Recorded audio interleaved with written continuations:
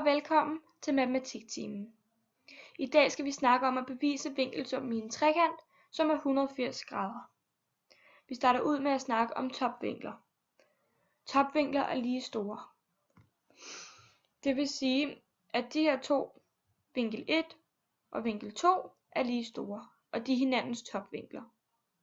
Og vi skal så bevise, at V1 er lig med V2. Så har vi så det, vi kalder for en lige vinkel.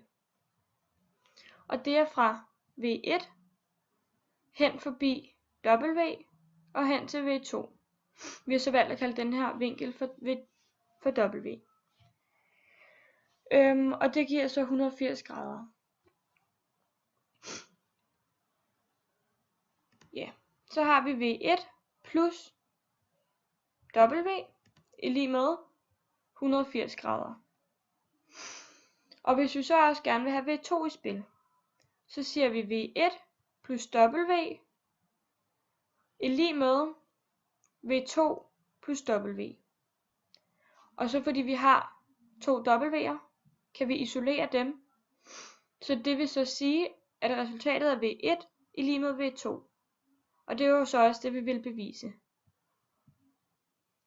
Grunden til, at vi var interesseret i det med topvinkler før, er fordi vi skal bevise, at det generelt i alle trekanter, at summen er 180 grader. Og vi har så tre vinkler her. Og V1 er V2's topvinkel. De er hinandens topvinkler, fordi de er lige store, som vi beviste før. Så har vi den her vinkel og den her vinkel. Og de er lige store, fordi vi har de her to linjer, som er parallelle med hinanden.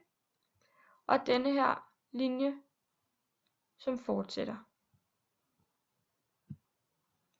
Ja, vi skal også lære den sidste vinkel med, som er denne her. Som ligger over for den her.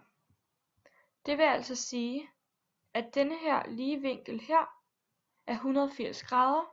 Og vi har så fået bevist, at vinkelsummen i en trekant er 180 grader ved denne her. Vi fik så konkluderet, at de tre vinkler i trekanten er 180 grader. Og de tre vinkler i trekanten er de samme som de tre vinkler heroppe i den lige vinkel, som også er 180 grader. Det vil sige, at ergo er, at vinkelsummen i en trekant er 180 grader. Det var alt for i dag. Tak. Vi ses næste gang. Hej hej.